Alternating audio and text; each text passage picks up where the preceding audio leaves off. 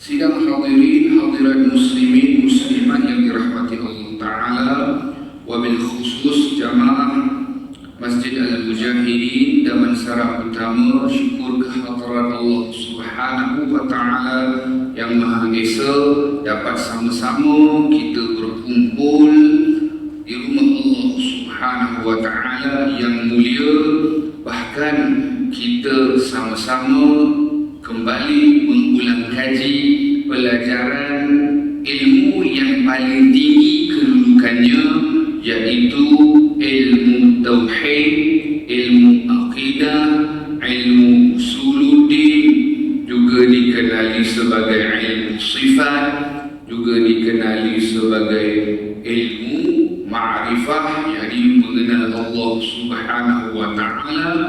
Telah pun kita bahaskan bahawasanya ilmu ini apabila banyak nama, kaedah menyebutkan banyaknya nama menunjukkan besar kemuliaannya.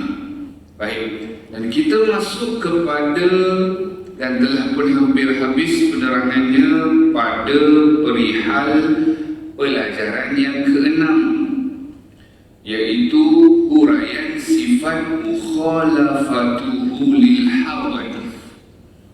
Bersalahan Allah Subhanahu wa Ta'ala itu dengan segala sesuatu yang baru. Dalam kuliah yang lepas kita telah pun sedikit sebanyak membahaskan tentang mukhalafatuhu lil hawadith ini, yaitu Allah Ta'ala ini tidak sama dengan segala sesuatu yang baru, ya. Dan kita yakni sebagai mukallaf wajib percaya bahawa Allah Ta'ala itu berlainan sama sekali dengan ataupun daripada segala makhluknya. Zatnya Allah Ta'ala tidak sama dengan zat makhluk sebagaimana yang disebut dalam matan kitab kita. Sifat Allah Ta'ala tidak sama dengan sifat makhluk, dan perbuatan Allah tidak sama dengan perbuatan makhluk. Telah kita bahaskan pada kuliah yang lepas, ya, bahawasanya apabila disebut tak sama pada zat Allah, jadi Allah tidak mempunyai jirim, yang mana jirim itu sesuatu yang mengambil ruang maupun lapang, ya. Tidaklah Allah Ta'ala ini, ya, seumpama yang digambarkan ataupun dibayangkan, ya. Kerana apa? Allah tidak mempunyai jirim, jisim, ya, dan tidak seumpama dengan makhluk. Juga sifat Allah Ta'ala itu tidak sama dengan sifat makhluk. Tidaklah Allah Ta'ala mempunyai arah ataupun pihak, ya, depan, belakang, kanan, kiri, dalam, luar dan sebagainya, ya, tidak berubah, tidak bertempat, ya, seumpama di atas arasy, di atas langit dan sebagainya, kerana ianya, ya, adalah sifat kepada makhluk. Manakala perbuatan Allah Ta'ala itu, ya, yang memberi bekas ataupun kesan, ya, kerana Allah Subhanahu wa Ta'ala yang memiliki sifat qudrah, nanti kita akan masuk, ya. Dan Allah Ta'ala tidak memerlukan akan segala sesuatu. Nanti kita akan masuk dalam perihal qiyamu binafsih, ya. Allah Ta'ala perbuatannya tidak mengambil sebarang faedah daripada perbuatan dan hukum hakamnya.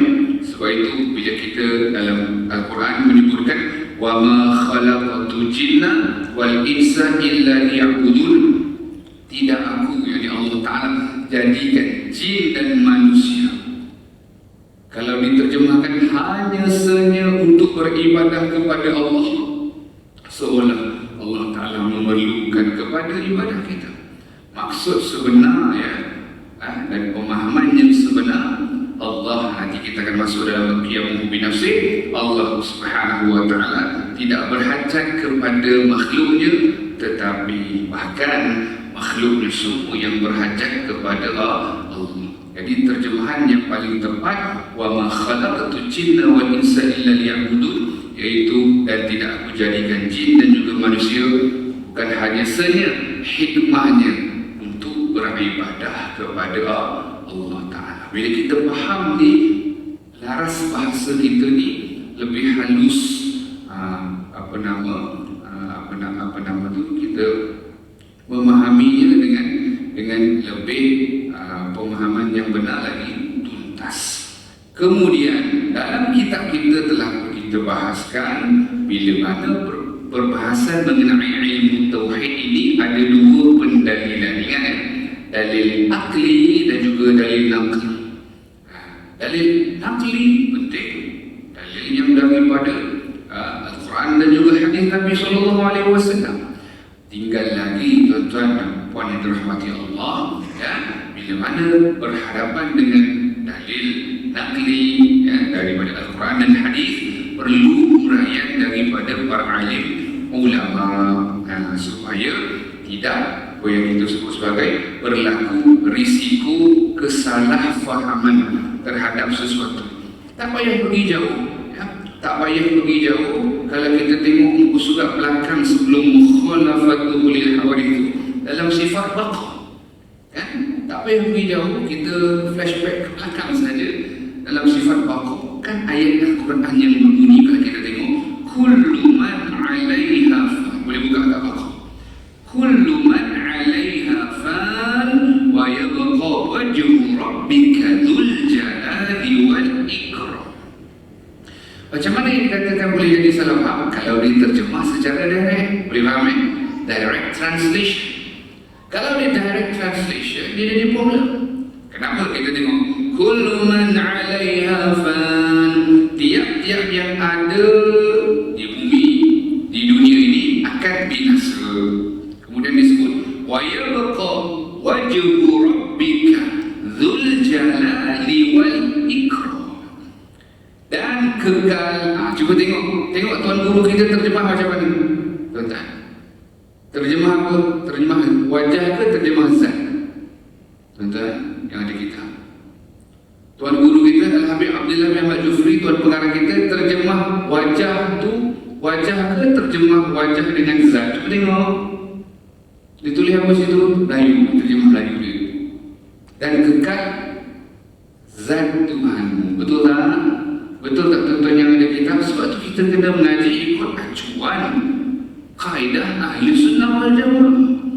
Kerana Allah Ta'ala ini mukhalafatuhu lil hawadith, yang kita sedang belajar. Nampak tak?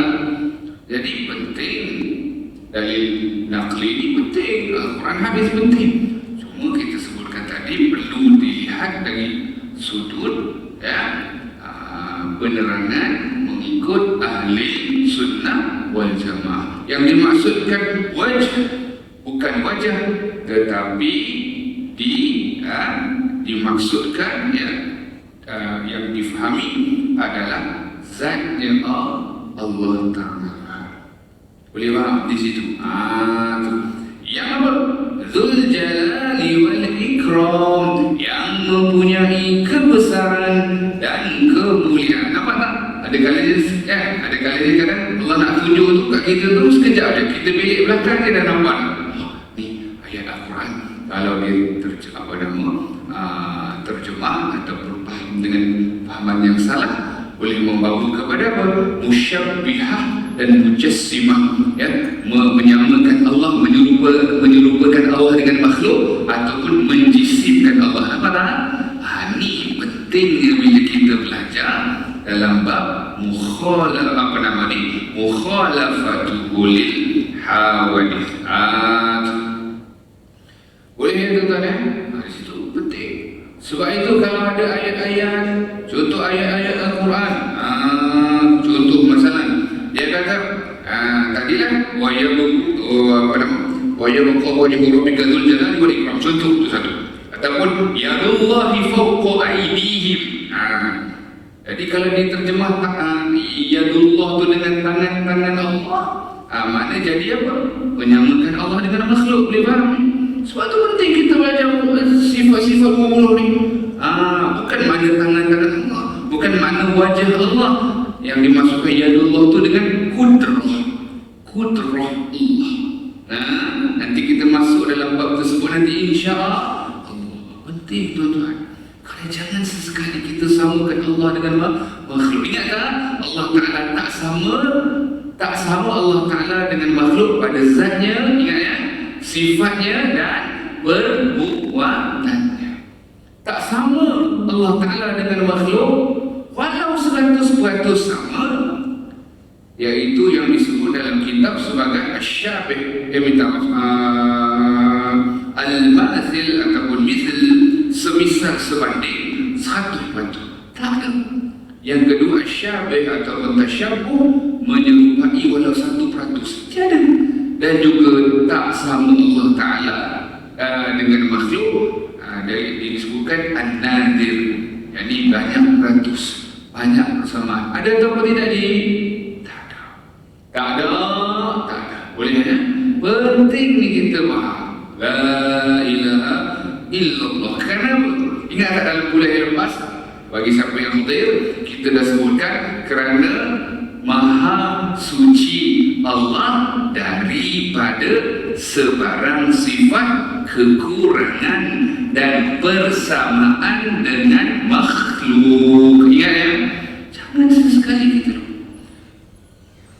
Sebab ujian kalau nak kalau dia duduk berzikir, dia duduk apa, kerana zikir itu tak salah, zikir itu tak salah. Dia kalau dia tak ada panduan, dia tak mengaji, kan? Dia zikir 1000 juta kali lah. Tiba-tiba dia buka mata, ada cahaya. Cahaya tu kata, akulah Tuhan. Macam mana bang? Jadi kita mengaji dalam bab ni, kita tahu Allah Ta'ala tak sama dengan makhluk. Kalam Allah pun tak sama dengan makhluk. Tak bersuara, tak berhuruf, tak berbahasa. Boleh faham apa tak? Penting ni kita kena kenal. Sebab itulah disebutkan awwaluddin ma'rifatullah. Betul tak? Ada orang pertikaian, dia kata itu bukan hadis. Ya, walau ia bukan hadis, tapi ia kalam daripada seorang sahabat Nabi, Sayyidina Ali karramallahu wajhah. Soalan saya nak tanya, kalam dia salah ke betul? Contoh kalau Ustaz pambilan ni dia cakap sesuatu, dia kata goreng pisang tu sedap. Contoh kita nak petikai, rasa pun tidak. Ini contoh saja kan? Contoh. Rasa pun tidak, kita tak hati baik. Tak betul saja. Boleh tak? Beri rasa dulu. Kan? Sedap ke? Boleh tak? Betul tak faham tak? Contoh, dia cerita goreng pisang tu macam sedap lah kan? Malam-malam jangan makan pisang. Nak bagi contoh saja. Jadi nak disebutkan, dia nak bagi faham saja. Kalam tersebut walaupun bukan hadis, tapi ia daripada sahabat Nabi. Sahabat siapa tu guru dia? Rasulullah. Boleh faham tak? Itu. Dan ini kita faham sesuatu lagi. Dan kalam tersebut bertepatan dengan ayat Al-Quran, fa'lam annahu la ilaha illallah. Nampak tak? Dalam surah Muhammad ayat 19 bang. Dalam surah Muhammad, dalam Al-Quran surah Muhammad ayat 19 disebutkan ayat yang berbunyi fa'lam annahu la ilaha illallah. Maka ketahuilah bahawasanya tiada Tuhan yang berhak disembah melainkan Allah. Jadi kalam tersebut menepati ayat Al-Quran tadi. Boleh faham? Di situ kadang-kadang orang petikai, dia kata ni bukan hadis, tak boleh pakai. Tengok. Betul tak? Di situ. Selagi tak ada bercanggah selagi tak ada bercanggah tak ada masalah. Dan ayat tadi itu berkata apa nama? Quote tadi itu bertepatan dengan ayat Al-Quran tadi. Okey, selesai. Okey, di situ. Jadi kita faham yang disebut Rabb wa yabqa wa rabbika dzul jalali wal ikram bukan makna wajah, kerana itu dah menyamakan Allah dengan makhluk, dengan makna zat Allah Ta'ala. Bila disebut yadullahi fawqa aydihim bukan makna tangan Allah, tetapi maksud kudrah Allah, ya, kekuasaan Allah Subhanahu wa Ta'ala. Ditawil. Baik. Seterusnya dalam ayat dalam kitab kita ni ada disebutkan ayat Al-Quran mengenai Allah Ta'ala itu yang sifatnya mukhalafatul hawadith, iaitu ayat yang jelas terang lagi nyata, laisa kamitslihi syai' wa huwas samiul basir. Tiada sesuatu yang serupa dengan diri Allah. Dia Maha mendengar lagi Maha melihat. Ulama menyebutkan ayat ini merupakan ayat yang paling jelas, lagi terang, lagi nyata dalam mentanzihkan Allah, dalam menyucikan Allah Ta'ala, dalam memberi kefahaman kepada kita untuk menolak sebarang penyamaan sesuatu apa jua pun dengan Allah. Ayat apa dia tu dalam kitab kita tu? Laisa kamitslihi syai' wa huwas samiul basir. Jadi ulama menyebutkan laisa di sini membawa makna menafi dan menolak. Cuba kita tengok dalam kitab kita kan. Laisa di sini membawa makna menafi dan menolak. Manakala huruf kaf kan ada kaf di situ ya, sebagai pada kaf pada ataupun dalam kamitslihi itu sebagai kaf zaidah yang membawa maksud taukid. Apa makna di sini? Dia disebutkan zaidah yang tambahan yang membawa erti taukid, yakni penegasan. Huruf kaf di situ, kaf yang dikatakan kaf zaidah yang membawa makna taukid, yakni penegasan. Makna dia mula-mula kan sebut tak ada sesuatu, ada huruf kaf lagi, beritahu lagi, tegaskan lagi, tak ada langsung yang sama. Dan lafaz syai'un disebut sebagai lafaz yang berbentuk nakirah, makna kata pada setiap benda, yang mana pada umumnya pada segala jenis. Tak ada yang sesuatu yang sama dengan Allah ya, pada segala sesuatu apa juga tak ada sesuatu yang sama dengan Allah Subhanahu wa Ta'ala. Tidaklah disebutkan khususnya mana banyak mana, tidak semua, tak ada yang seumpama, semisal, sebanding, serupa dengan Allah. Jadi disebutkan penafian ataupun yang disebut penafian terhadap lafaz syai'un itu menafikan ya secara umum, yakni secara keseluruhan apa juga bentuk penyerupaan, pemisalan, perbandingan, persamaan, apa juga segala sesuatu dengan Allah. Penting ni kita kena faham. Moga Allah berikan kita kefahaman yang benar agar Allah pelihara kita. Begini ya, ujian kita bukan setakat masa kita hidup, ujiannya juga ketika mana nak mati. Maksud nak mati di sini ketika sakaratul maut. Iblis, syaitan akan mengganggu seseorang itu. Itu last lah. Dia punya last, apa dia kata? Last lah. Dia punya percobaan yang terakhir. Jadi pada ketika itu dia tak cuba nak goncangkan. Bila sakarat kan, mabuk nak mati, sakarat tu dia kan. Jadi kalau tak kuat iman, waliyazubillah ya, bila timbul dia kata sembah ni, dia kata sembah ni, sembah aku, dia kata aku Tuhan, padahal bukan. Macam mana dia tahu bukan ataupun dia? Sebab dia ada ilmu pengajian tauhid ini, ma'rifatullah ni, boleh faham? Pasal dia tahu tak mungkin, tidak akan sama Allah Ta'ala dengan makhluk. Penting tak? Penting. Lepas tu kita kena mengaji, ada peluang ni kita mengaji. Baik. Dengan itu wajiblah.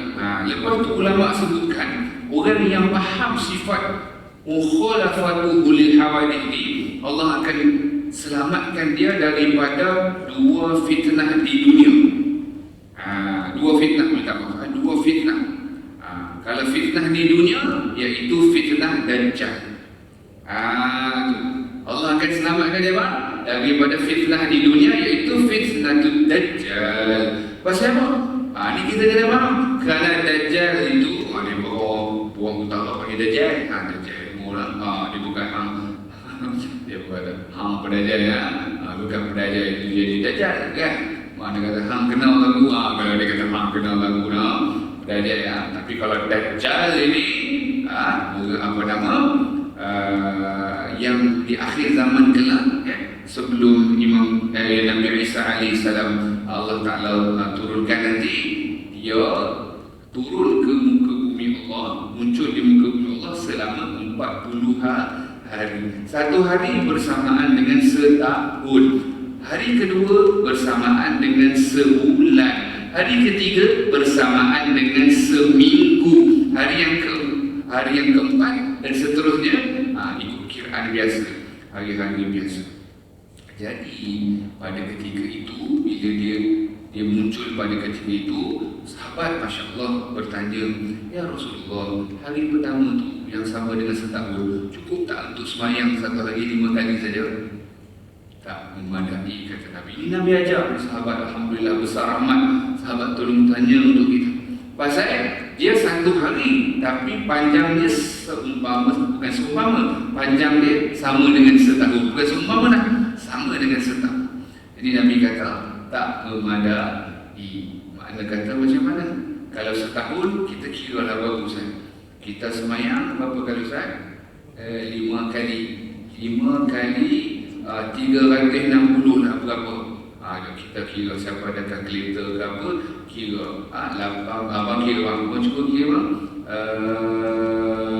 360 kali dengan 5 berapa? 17,000 ke 13,000? 1825. Betul bang 1825. Tak waktu semayang kira rakaat, kira 17 kali 17 lah. Kita kira berapa kali semayang? 5 kali dalam satu hari kali dengan 360, 1825. Betul bang Jadi nak semayang macam mana?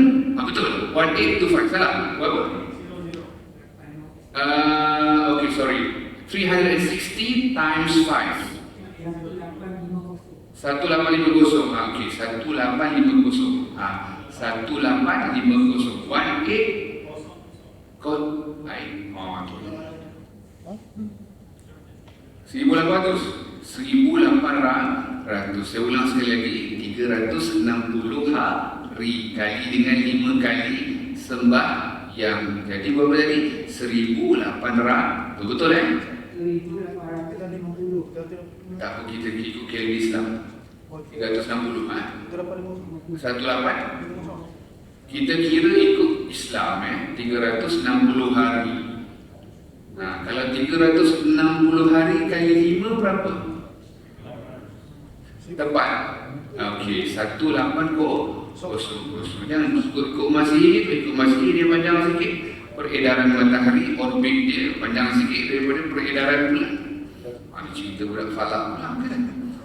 Tapi tak apalah, nak bagi faham banyak tak? 1800 tu banyak. Kerana hari yang pertama itu bukan seumpama lagi, memang seperti setahun. Okey, poin yang kita nak bahas di sini adalah apa? Orang yang mengaji dalam bab sifat 20, khususnya dalam bab mukhalafatul lil hawadith ini, dia akan selamat daripada dua fitnah, satu fitnah dunia dan satu fitnah di akhirat, iaitu fitnah di dunia ini bila mana Dajjal nanti bila dia muncul, kan dia mengaku dia Tuhan, tapi kita dah tahu ciri dia satu orang pemuda, tak berjanggut, tak bermisai, buta mata sebelah kirinya, seolah-olah mata kiri itu tak ada, sebelah kanan pula tersembul matanya, bercampur pula dengan darah, ditutupi dengan kulit yang tebal. Kan ada rupa, kan ada jirim, kan ada jisim. Nampak tak? Jadi kita tahu itu bukan Tuhan. Di antara dahinya itu tertera tulisan kafir.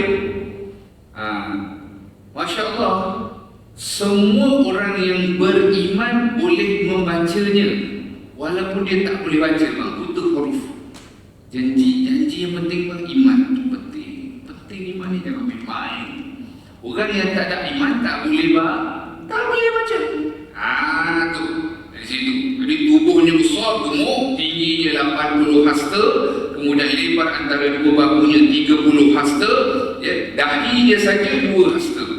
Itu disebut ada tanduk yang pecah pada kepalanya, dan daripada situlah akan ada keluar ular-ular, dan rambutnya keras seperti ranting-ranting pokok, dan salah satu daripada tangannya lebih panjang daripada tangan yang lain. Ini disebutkan dalam kitab Fathul Majid tentang ciri-ciri Dajjal. Bila kita tahu bang, kita boleh beza kan? Kita tahu itu bukan Tuhan. Kerana Tuhan tu tak sama dengan makhluk. Sebab tu kita belajar di bab iman. Kita tahu Tuhan tak bertempat, tak berarah, tak beranggota, tak berjisim. Sebab bila dia datang, kita tahu dia bertempat tak? Dia mengambil ruang atau lapang tak? Ya. Dia berarak tak? Sifat kepada benda tak? Ada tak tangannya, kaki dan sebagainya? Kita tahu. Itu kalau kita jangan. Alah ni semua aku dah tahu ni. Jangan. Setengah orang kan minta maaf, saya betul-betul minta maaf lah tuan. Tapi kita kena tegur lah. Bahkan wajib. Contoh setengah orang dia, aku tak naklah belajar ni fardu ain ni, tauhid ke apa benda ke, bab fiqh ni, dalam bab fiqh dia kata bab apa, taharruf ni tak habis taharruf. Siap dia kata menyampah, dia kata taharruf, dia kata tak habis taharruf. Orang yang cakap tu silap-silap. Yang cakap tu bukan betul hari bulan ni. Silap hari bulan, mandi wajib dia pun tak settle. Jangan main-main. Sebab tu orang yang selalu pelengkeh-pelengkeh ni, dia sendiri kena aku dah tahu ni daripada kecil tu. Tengok. Minta maaf saya bagi satu contoh lah, senang nak faham. Dia masa muda-muda kan, dia tak ada masalah kencing tak tus. Boleh faham? Kencing meleleh. Dia tak ada masalah tu. Bila dah tua, minta maaf suku katakan setua, kadang-kadang muda pun kena. Waliyahzubillah. Bila kena kencing mantuk taktus pada tu meleleh, dia mengekalkan mengambil wudu dengan nawaitu raf'al hadas. Kita biasa kan berwudu dengan nawaitu raf'al hadas. Tapi untuk orang yang kencing taktus ni, ataupun dia keluar angin senantiasa, sah tak dia punya wudu?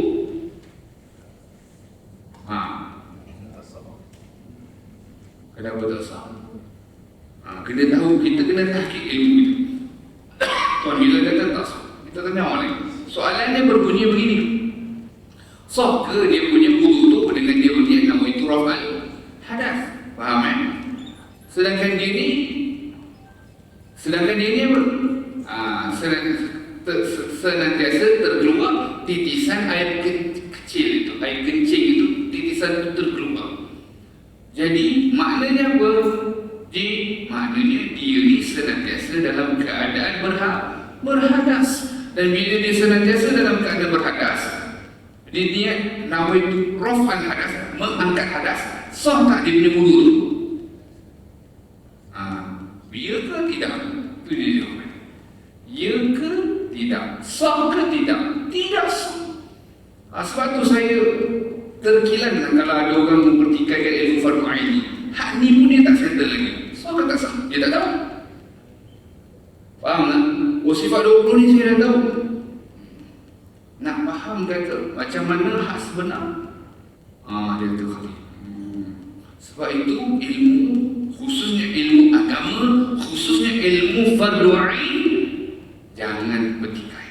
Kita dah tahu, dengar 1000 juta kali pun umpama the first time kita dengar. Belum kena orang kalau minta masuk amnesia ke nyanyi lagi. Saya dulu saya rati, saya orang pandai. Kena minta masuk ni. Kena nyanyi, kena bilang nyata. Pasal tu jangan bertikai benda ni. Kita hak kena wajib kita mengaji. Tak kira umur tak kira umur, tak kira umur, wajib kita belajar, wajib tak kita belajar? Wajib kita belajar. Boleh faham Baik. Jadi la ilaha illallah, bila kita tengok dekat sini, kita faham Allah Ta'ala tak ada sesuatu pun yang serupa dengannya. Allah Ta'ala sebutkan lagi wa huwas samiul basir, dialah Allah yang maha mendengar lagi maha melihat.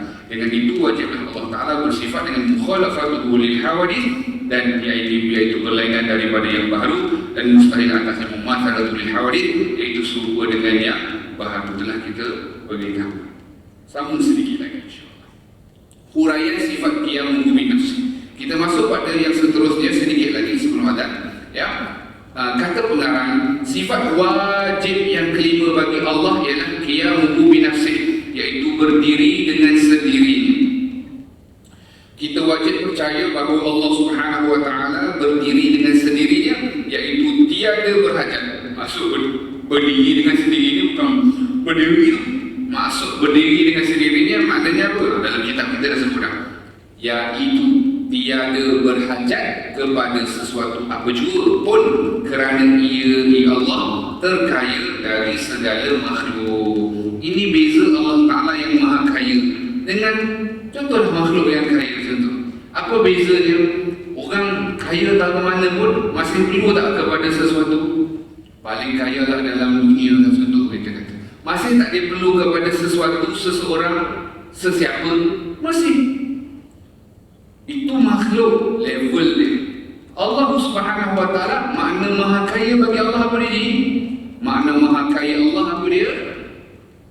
Allah tidak memerlukan kepada segala sesuatu. Itu yang pertama, istighna, ya. Yang kedua yang dinamakan iftiqar. Apa makna iftiqar? Segala sesuatu perlu kepada Allah. Tu nampak tak? Jadi dalam bab qiyamu bi nafsi ni pula, konsep yang kita nak faham apa dia? Istighna dan iftiqar. Apa makna istighna? Segala sesuatu Allah Ta'ala tidak berhajat kepada segala sesuatu. Yang pertama. Yang kedua, iftiqar, segala sesuatu berhajat kepada Allah. Itu makna maha kaya dia Allah. Maha tempat bergantungnya Allah. Ini penting kita belajar. Memang daripada kecil kita tahu. Tapi apa makna di sebaliknya, uraiannya, dan yang perlu ada. Yang paling pentingnya, sahabat-sahabat semua, yang paling penting dalam pengajian tauhid ini, yang kita iktikadkan dalam hati. Itu yang paling penting. Saya bagi satu contoh. Ada tak mungkin orang yang bukan Islam dia tahu semua ni? Tahu ilahiyat, nubuat, sam'iyat, semua sifat 20 yang wajib, mustahil, harus dia tahu. Semua dia tahu. Tahu saja. Tapi tak beriktikad. Macam mana? Boleh faham ada orang tahu kalau tanya dia lebih daripada kita lagi. Kita pun tergagau-gagau lagi. Tapi disebabkan kita tahu dan kita beriktikad di dalam hati kita. Penting tak? Kita bukan saja tahu saja dia, bukan saja memahami saja ya, beriktikad, berpegangan di dalam hati. Ada orang tanya, iktikad ni dia macam niat ke? Dia begini, kalau niat tu dia kekal tak? Dia masa kita niat, masa tu je lah kan, masa kita niat kan. Iktikad itu dia ada pada diri kita walaupun dia tak senantiasa ada, tetapi dia tidak bercerai tanggal. Dia tak. Dia begini, remain intact. Moga Allah Subhanahu Wa Ta'ala memberikan kita semua yang beriktikad yang benar menurut ahli sunnah wal jamaah, mati di dalam iman. Amin ya rabbal alamin. Kita akan masuk sambung lagi uraian sifat qiyam bi nafsi pada kuliah yang akan datang dengan izin Allah Subhanahu Wa Ta'ala. Mohon maaf dan silap. Belum terlambat saya nak mengucapkan kepada tuan-tuan, puan-puan, selamat Hari Raya Aidilfitri. Maaf zahir dan batin. Wabillahi taufiq wal hidayah. Wassalamualaikum warahmatullahi taala wabarakatuh.